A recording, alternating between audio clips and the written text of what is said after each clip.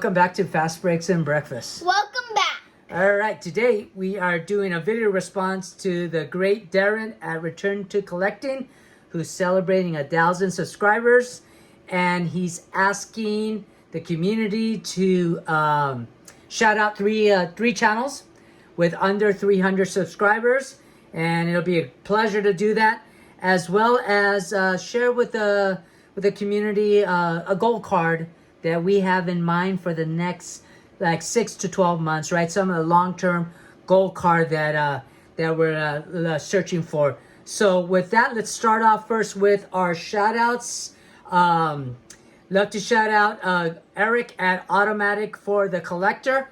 Eric is a great channel. I just recently got turned on to his channel, and what I love about his channel, he shares a lot of great cards and collectibles throughout the years.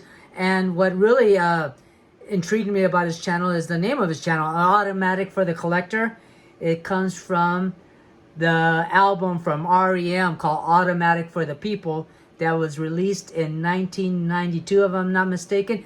I remember that album really well because I was a Peace Corps volunteer at the time, and my brother George sent me that album in a cassette, and it was kind of the soundtrack of my time there in Guatemala. So really awesome experience, and great channel, by the way. So check him out if you haven't checked him out. It's Eric's channel at Automatic for the Collector. Give him a boom, Leah. Boo. That's right. My next channel I'd like to shout out is Lou at Godlike Collectibles. Lou is a Boricua, right? A Puerto Riqueño, Latino just like us, and he has an awesome collection that he likes to share. A lot of the cards that I remember growing up, collecting, Lou collects as well, and he's just a great guy, very easygoing. Just reminds me of like a lot of my family members and stuff. Really cool dude, and I really enjoy watching his channel. So Lou at Godlike Collectibles, a shout out to you and a boom. Boo. And then I also like to shout out Derek at Hardball Crazy. Derek, I've been a long time subscriber to Derek, and it really amazes me that he only has like around 280 subs. He should really have a lot more. He's just such a great participant in the community. Has one of the best collection of Negro League players that I have ever seen. Yeah. Anytime I'm doing a little research, I always go back to his channel to see what's going on there to help me out in my own collection. So thank you, Derek, and a shout out to you. Boom to you. Boo. And I'm gonna kind of bend the rules a little bit here. Instead of just 3, I'm gonna go ahead and shout out 4 channels. I'd love to shout out a new channel that I've subscribed to called Mark's Dodgers Card. Mark is of course, like his channel name says, he's a Dodger collector and also a collector of Jewish players, which is awesome. Great Koufax collection. And so Mark was just recently celebrating his 100 subscribers, and now he's approaching 200 really quickly. So he's a great channel. Shows some great videos, particularly like he just showed some videos from the National that are awesome. And of course, we always have to support our Dodger peeps, right? Of course. And so anyway, during his 100 subscriber VR giveaway, we actually won. And Mark sent us this beautiful 1911 or T205 of William Bergen. This sweet Capro, this sweet Capro. This has quickly become one of my favorite cards. It's such a beautiful card. Look at the gold borders with the blue, wow. The different shades of blue. This is the Brooklyn Superbas. They were the precursor to the Dodgers, and then it became like the trolley Dodgers, and then the Robins and all that. Yeah, but this is taking it back to the Superbas. What a beautiful card. Thank you so much, Mark, for that. What an awesome gift, and it's a treasured part of our collection. And what's really cool about this card too is that it has some statistics in the back. So I know like the T206s, the T207s don't have statistics. They usually have like some type of advertisement for the cigarette company and stuff. What's really cool is it does have some statistics back here of the seasons that he played, 3 seasons for the Dodgers. But what's really cool is this must be one of the earliest cards with statistics, if I'm not mistaken. So really cool, and it's our first and only T205 that we have in our collection. Thank you so much, Mark. I'm gonna put that right there. And now to answer Darren's question, what is our card that we wanna, collect or try to search for, try to add to our collection within the next in the future, like 12 months or so, right? So I was thinking this is a card that we're gonna actually be at the Burbank card show tomorrow. Yep. Friday. So we're thinking like, we're always looking for something spectacular that we want to add to our collection. Now, this is a card that might take a while. It's not a very inexpensive card by no means. It's a gold card, right? So.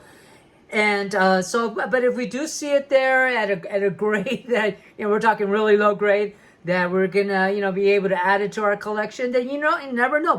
But worst case scenario, we're thinking like maybe next year if we get an opportunity to go maybe Strongsville or maybe the National or maybe the East Coast National or maybe the Central Coast I don't know, right? Any major show. This is something that's always going to be a gold card for us, right? So what I'm going to do is I'm going to show the card right here in the corner. It's going to be, I'm going to edit the video to make sure that it shows up here. Hopefully I'm able to do it. It is the 1933 Sports King Jim Thorpe. And I'm going to show it right around here, maybe a little bit lower. So hopefully I can edit the video to show it right there, right? That's the card we're going to want in our collection. So that's what we're looking for, Darren, in the next 12 months or so. I hope you enjoyed this little response to your great channel. And once again, congratulations on 1,000 subscribers. You're awesome. I love when you team up with Greg from Midlife Cards, because you guys are your guys' rapport is amazing, and I can just sit there and listen to you guys talk all day about cards. So great stuff, guys. And so go ahead and obviously check out Darren if you don't know, if you're not just subscribed to Darren, but also check out, Eric, Automatic for the Collector. Check out Mark's Dodgers cards, right? Check out Lou at Godlike Collectibles, Derek at Hardball Crazy. Some great channels, and there's a lot of great other channels out there that we're going to be shouting out in future videos as well. So now, if you like to just stick around, I'm actually going to show a few recent pickups that we gotten. And the first one I like to share with you guys is this. So as you probably already know that CGC has teamed up with JSA, which is Spence, whatever. So they're authorizing the authenticating autographs, right? Now. So now JSA with CGC is an authenticating autographs, and so I had this Kirby Puckett autograph raw, and so not authenticated or graded, so I submitted it in to see how it come back. So the turnaround time was like around 3 weeks or so. Total cost to get this authenticated and graded, because they also grade the card as well. They will only grade the card and the auto. There's no other way. You can't ask for, I think at this point, just authenticate the card. They have to grade the card as well and the auto. So it came back. The card came back a 9, which is nice. It's excellent, right? Yeah. It's mint. And the auto came back an 8, which is cool. Okay, that's And the most important thing, it is an authentic auto with an 8 grade. So I'm really happy with it. And I'm really, nice. of course, the slabs from CGC are really incredible. Probably one of the best in the game right now. So really love that. So let's go ahead and put that there. And we also, I around a few months ago, I was doing, some search popped up in my eBay search saved searches, and it's I'm a big Jim Thorpe fan, right? As you showed, as we showed that's one of our gold cards. and I've been collecting some of his cards in the past few years, and this card actually came up of a set that I had never heard of and didn't know existed. So it turns out, like back in 1976, Playboy Press released a book on baseball trivia called "Who Was Harry Steinfeld?" and other baseball trivia, where it's a trivia book, just a baseball trivia book, which is pretty cool. But I guess as a way to promote the book, what they started doing is they produced a set of 10 baseball cards to promote the book. I would imagine there's not a lot of information out there. There's not too many of these cards available from what I can see. So it's kind of a, dare I say, a rare set. Yeah. So this Who Was Harry Steinfeld?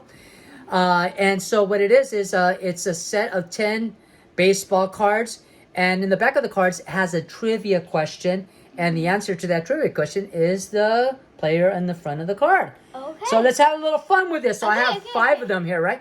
So I'm going to ask you the trivia question. And then if you know, you can go ahead and answer it. Play along at home, right? So the first one is, this is the first card I got a few months ago. And I think it's a beautiful set. I love the set. It reminds me a lot of the 1976 Topps, what is it, all-time All-Stars, the one that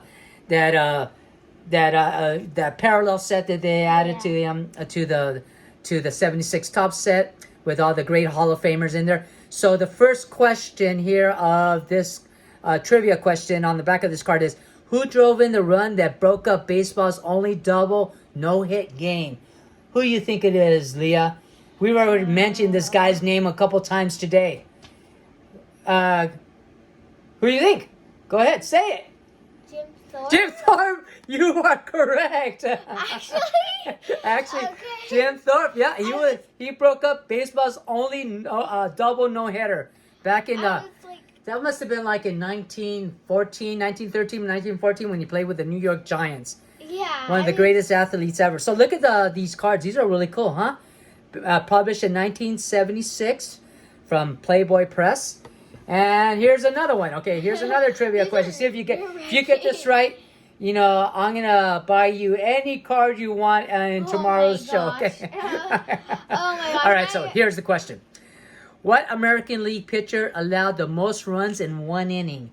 And I think it was like over 12 runs in one inning or something crazy like that. In what year? That was a long time ago. That was before you were born. Like I think it actually that makes it a bit it was in the 50s actually. In the 1950s. That's a tough one. I didn't know this until I got this card. It was actually Frankie Lefty O'Doul, also with the New York Giants there. So yeah, he allowed the most runs. Different. Yeah, these cards are like sepia. They have almost like a blue tint to them. They're beautiful. Like the logo, like of the New York. Yeah, see, it's the same logo. Well, not quite, but it's the New York Giants, where Willie Mays played for, and all those great players. Our Fatima card is from the New York Giants too. Right? So here's another one. All right, this is a cool one. It says, who appeared as a pinch hitter in the last major league appearance in the game in which Babe Ruth hit his 60th home run? Who appeared as a pinch hitter? Now you're thinking it should be a hitter, right? Because pinch hitters hit. Yeah. But actually, it was a Hall of Fame pitcher that actually pinch hit. So it was the opposite of Team Babe Ruth.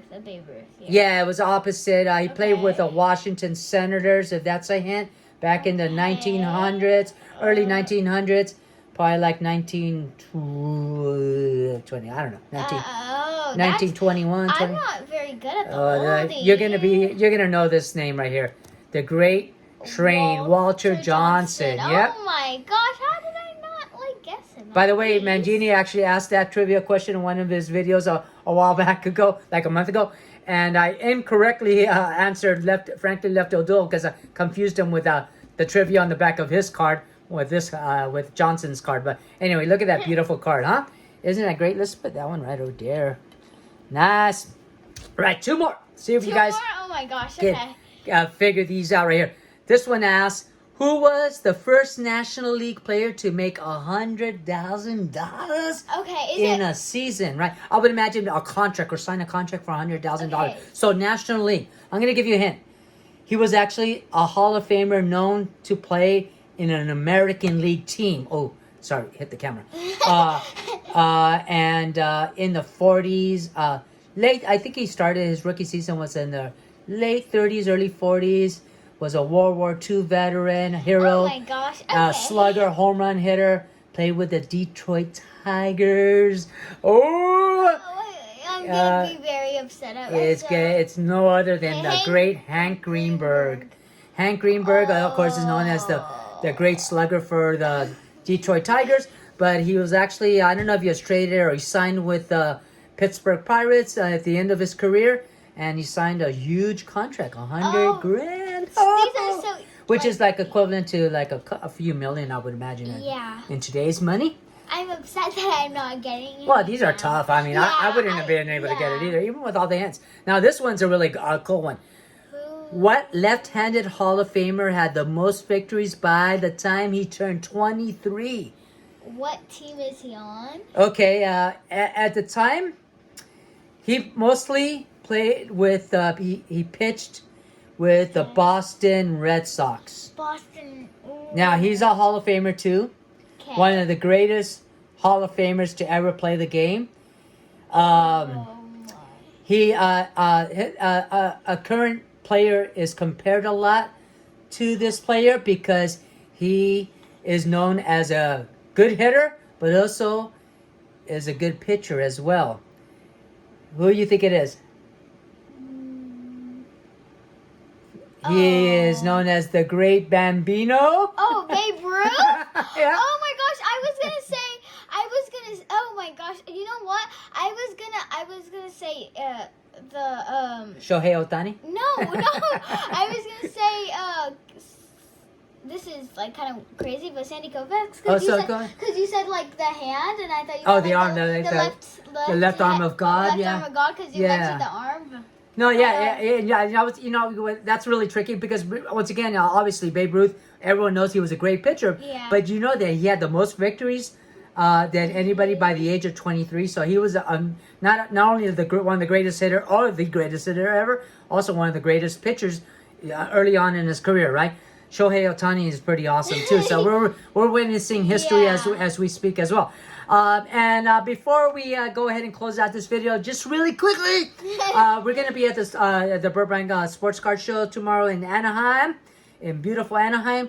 We're going to go, Aliyah and I and my son-in-law, Richard, is going to be joining us too. So that's going to be fun. He's a big Eagles fan. Boo, right? But it's going to be fun sharing the hobby with a family member as well. Yeah. So we're going to do is SGC is going to be there, and they're going to be, taking submissions for grading. And so we have a few cards that we want to submit for grading. So it'll be fun to show you the cards right now. And then in a few months, when it comes back, like in a month or so, after we drop it off tomorrow at the show, see what kind of grades we got. So there are actually mostly German cards, including this, our first Playing Days Babe Ruth that we just recently picked up. Check this out. Of course, it's a 1932 Sanella. And we picked it up raw, and it was, pretty affordable. Looking at it at the front here, you're thinking like, that's a sharp looking card, right? That's got to be at least a 3, a 4 maybe. A 4? That Maybe. looks like What? way higher to me. Yeah, like it does, a right? 5, But you know what it's maybe. going to grade? What? Authentic. Why? Because let's look at the back. Oh, what? Major paper loss there, Like right? water, like it looks like water. Well, got you know what? These spilled. came. They were pasted in an album, and so it was actually extracted from the album. And in the process of extracting it, of course, the back ruined, right? And the front you can't really tell. It's a little thin. It's definitely way thin up here. Now you can see a little bit, like it's very thin on top, but it presents really well from like a foot away. Like how we like to display our cards. Yeah. This is gonna look It's sweet. not like we're gonna use a magnifying glass. Yeah, to even if we did, still a beautiful card. Yeah. And if you actually can look right near his bat, there's a tiny little pinhole. So there's an actually little rip in the card that Oh, looks like a my. little pinhole. But once again, you know what I mean? We Yeah. got a plain days Babe Ruth for our collection. How beautiful is that, Yeah. huh? So jazzed to have that. Can't wait to get it back graded. And then we're also going to be grading a lot of these cards from the Basketball. Mullen Frank 36 Mullen Frank set that I just picked up the album like a The- few months ago Was from it the Olympics? the Olympics. Yeah, one? it's kind of highlighting the 1936 Berlin Olympics, and really cool set. Got the whole album with I think it's 100 cards in there Very from nice. the UK. It cost me I think it was total like £50 plus £10 shipping, which turns out to it came out to like around $70 total, which was Yeah. pretty cool. So we got the whole album. The actual cards were in the album, and they were not glued in. They were just put in the little, being held on by the little corners. So none of these cards I think are going to grade very high because definitely the ends here, the corners are a little bit soft. Yeah, they've been dinged a little bit. Yeah. They've been tinged a little bit, but no big deal. You can see the little impression of it being in an album for Yeah. God knows how long, 50 years or so, right? Look at the little dirt line. Yeah, so there's little lines on there, but these are still beautiful cards. Yeah. So I'm thinking they're going to grade like a Yeah, 2 or top. 3, maybe top, right? But anyway, more importantly, we're going to be able to slab them and put them in our collection, display them beautifully. So this first card right here is from the actual first time that they actually held a basketball tournament in the Olympics, 1936 Berlin Olympics, where the United States took the gold against Canada. They're playing in an outdoor clay court, and it rained the day Clay? before. And of course, there was a muddy mess. And the final score was like 20-12 or something like that. Oh my. But this is not actually the gold medal game. This is the United States against the Philippines there, Oh, okay. where the United States won that game easily. What's really cool about this card, if you think about it, it's one of the earliest basketball cards in existence. 1936, not too many. So any basketball collector should want to add this to their collection. You think it's a historical card when it comes to basketball, and it's German, right? This next card we're also going to grade is the German long jumper Luce Long, who took the silver medal in the long jump to Jesse Owens' gold, and he befriended actually Jesse during the event and became actually pretty good friends. They corresponded back and forth. He was enlisted into the German military and was killed in action in 1944 in Italy. So he actually ended up dying in the war, but was an ally actually to Jesse Owens. So we're going to be grading this card.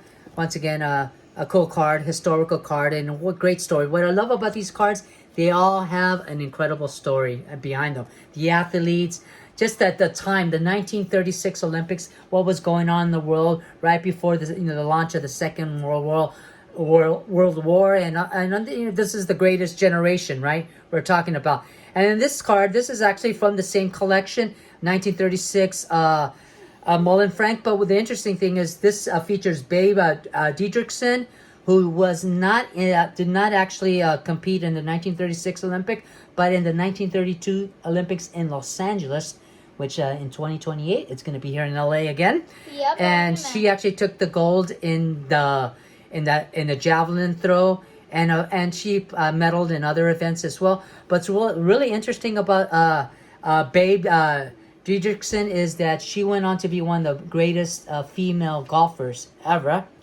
and her first love was baseball, and she actually pitched against major league players in exhibition games in the early 40s and stuff. She did a tour. She actually was a pretty good pitcher. She had a strong arm. I guess you have to if you're a javelin thrower, right? And she struck out a few Hall of Famers too in those exhibition games. Wow. So pretty awesome. Great card. They're historical. If you're a golf fan, you would like that card as well. And then this is a really cool card here. Oh, wow. The 1936 Olympic row team, the U.S. row team, won the gold.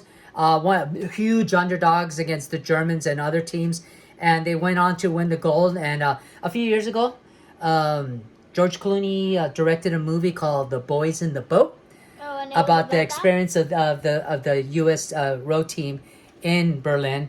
I guess they were the Princeton University team, and all the things they did to get to Berlin and actually win the gold. Pretty awesome.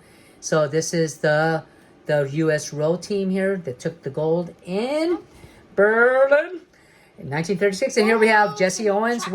Yeah, track. And this is Jesse Owens. Jesse Owens. Okay. Yeah, one of the greatest athletes ever. Really stuck it to the Germans in the 36 Olympics. Here he is winning the 100-meter gold, and then here he is again winning the gold in the long jump. Is he Team USA? Team USA all the way, baby. You know it. And then here's a really interesting card here of the German leader with his cronies there. Another historical card. You know, you think about it. Crazy stuff, but crazy times too, and just amazing, amazing events that took place around that time, right? And some other cards that are not Frank Mullen are going to be, or Mullen Frank, I should say. This all-time Black Stars of Martin Diego. Going to have that graded. I already have a pretty much, and this is the Laughlin set. A lot of the all-time Black Star cards are already graded, and thought I should grade this one as well, and see how I can display with the rest of them. So really cool. I'm gonna send that in. And then this one right here, this is a 1956, of course, Topps Hank Aaron that's been in my childhood collection. It's one of the few 56 Topps that I haven't graded yet. So I thought it's time to grade, just have it graded and put it in a slab and display it. It's not in the best condition, It kind right? of looks like it was like in the sun. Miscut. Yeah. No, also like it was in the sun. And it was. You know what? I put it. I used to put it in these little frames, and I hang it up in my wall, right across from my window. It looks like it was like lost so much color. I know, it's horrible, huh? Yeah. I know, but I've always enjoyed it. And then from there, this is when I was like in middle school and stuff. By the time I was like a junior or senior in high school, I put all these cards off of my wall. I took them off of my wall and put them in a box, and they didn't see daylight until 2018 again, when you got me back into this. So they spent quite a few times not being seen, not being appreciated. Yeah. And I said, never again. We're always going to enjoy our cards from now on. They took a really long nap. Yeah, they did. So now we're going to appreciate this beautiful card. Yeah. Excellent. And last card that we're going to have graded is actually another Mullen Frank card. And this is a really interesting card, too. This is the opening ceremony with a German leader there. And this gentleman right here is Spurious Lewis, who was the first marathon gold medal winner in the 1896 Athens Olympics. He won the gold in the marathon. Pretty awesome. Wow. So they dragged him to the 36 Olympics to be, to carry the torch and all that, to legitimize basically the Nazi Olympics. And so he was kind of used for that purpose. But a great athlete and a historical human being nonetheless. Well, there you go. So we're going to submit those tomorrow at the card show. So hopefully we get some good grades on them, or just, whatever grades, really doesn't really matter. So I hope you guys like this video. I know we're coming up on 30 minutes or something like that, something crazy. So we will see you at the next one. Once again, thank you, Darren, for giving us this opportunity to talk about one of our gold cards this year. And we hope that you continue to have success in your channel. And also shout out to Pepino Man, who just reached the 3,000 subscriber mark, which is awesome. He did have a VR too, right? A boom to him, yeah. Unfortunately, your video response that you wanted us to do was so darn complicated. I was more confused than when I was watching the Da Vinci Code or something. I couldn't figure it out. So I was like, okay, well anyway, congratulations, Pepino. I love you, guy. I love you, man. And keep up the great work. And with that, we will see you in the next one. Take care, everyone. Cheers.